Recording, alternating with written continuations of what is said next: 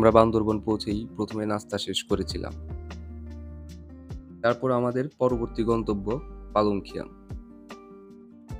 তাই আমাদের গাইড বলতেছিল আপনারা বাজার সদাইগুলো করে নেন। আমাদের স্কোয়াড লিডার ইমতিয়াজ ভাই বাজার করা শেষ করেছিলেন। এরপর থেকেই আমাদের হাঁটা শুরু। হাঁটতে হচ্ছে কারণ জিরিপথে ট্রলার চলাচল নিষেধ, আর জিরিতে পানিও ছিল কম, তাই একরকম বাধ্য হয়েই আমাদের হাঁটতে হচ্ছে। আর আমরাও ফিরে আসার লোক না। আমাদের যথেষ্ট প্রস্তুতি ছিল। সবচেয়ে গুরুত্বপূর্ণ ছিল ব্যাগ যত হালকা রাখা যায়, কিন্তু তারপরও এখন মনে হচ্ছে ব্যাগ বহন করাই বেশি কষ্টের। আর রাস্তাগুলোও ছিল এমন যে কিছুক্ষণ পর পর খুঁজতে হয় যে রাস্তা গেল কই। আমাদের প্রায় 25 কিলোমিটার হাঁটতে হবে। এদিকে আমরা কেউই রাতে ঘুমাই নাই।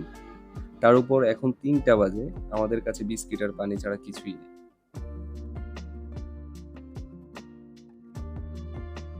আমি এই নিয়ে 3বার বান্দরবন গিয়েছি, কিন্তু এই ট্রিপটাই ইউনিক।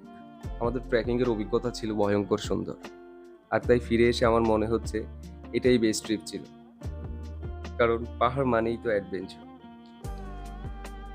আমরা কিছুক্ষণ পরপরই রেস্ট করতে চাচ্ছিলাম, কিন্তু আমাদের গাইড বলতেছে আপনারা এমন করলে তো সন্ধ্যা হয়ে যাবে। আর হলোও তাই। আমরা আর পালংখিয়াং যেতে পারলাম না। সেই সকাল 10টা থেকে 5টা পর্যন্ত হেঁটে শেষমেশ আমরা পাইয়াপাড়ায় এসে উঠি। তারপর ফ্রেশ হয়ে বসে থাকার মতো অবস্থা আমাদের কারোই নেই। মনে হচ্ছিল আমরা আর টলারেট করতে পারবো না, সকালেই ব্যাক করব। আমাদের যথেষ্ট শিক্ষা হয়েছে, কিন্তু সবচেয়ে ইন্টারেস্টিং বিষয় হচ্ছে আমাদের গাইড, ওর মধ্যে আমি কোনো অলসতা দেখলাম না। আমার মনে হচ্ছে ওর সারাদিনে কোনো পরিশ্রমই হয় নাই, এখানে এসেই তাড়াহুড়ো করে রান্না করলো আর আমরা খেতে বসলাম। আমার খারাপ লাগে নাই, যদিও এই মুহূর্তে সবই অমৃত লাগে। পরের দিন সকালে উঠেই মনে হচ্ছে যে আমি পুরোই ফিট। ইনশাল্লাহ আমরা আজ 2000-3000 ফিট অনায়াসে উঠে যেতে পারবো।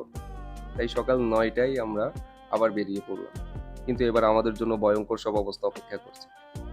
আমাদের গাইডের ধারণা অনুযায়ী আমরা নতুন যে জায়গাতে যাব যেতে খুব বেশি সময় লাগবে না, 2টা পাহাড় পাড়ি দিলেই হবে। তাই আমরা অতিরিক্ত পানি রাখি নাই, কারণ পানি বহন করাও কষ্টের। কিন্তু আমরা ভুলেই গেছিলাম পানির অপর নাম জীবন। আর এরপর যা হলো, আমরা প্রায় 2500 ফিট উপরে উঠেছি 4টা পাহাড় পাড়ি দিয়ে, তাও লিমিটেড পানি নিয়ে।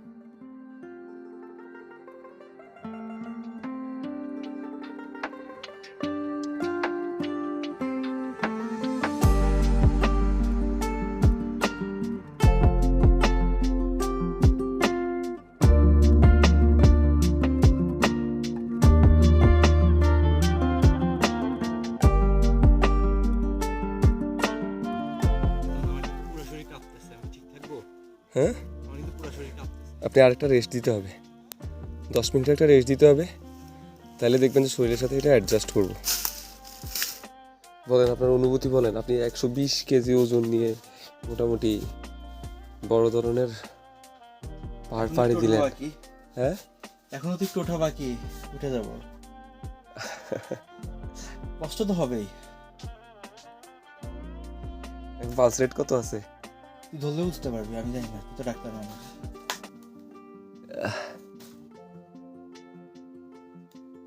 মোটামুটি 100 প্লাস আছে।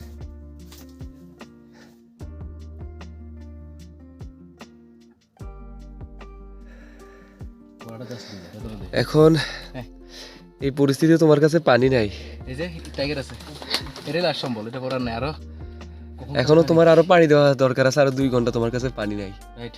তুমি কি ডিপ্রেসড? হ্যাঁ, আমি ডিপ্রেস না, আমি পুরো ডেড। আর শেষমেশ আমরা ধৈর্য ধরে রাখতে পারি নাই। প্রথম এবং দ্বিতীয় দিনে আমাদের সাথে যা ঘটেছে, তৃতীয় দিনে আমরা শারীরিক এবং মানসিক 2 দিক থেকেই দুর্বল হয়ে গেছি। তারপর আমরা কক্সবাজার ব্যাক করি, যদিও আমাদের এই ট্রিপে কক্সবাজার নিয়ে কোনো প্ল্যান ছিল না। ধন্যবাদ সকলকে। সালামু আলাইকুম।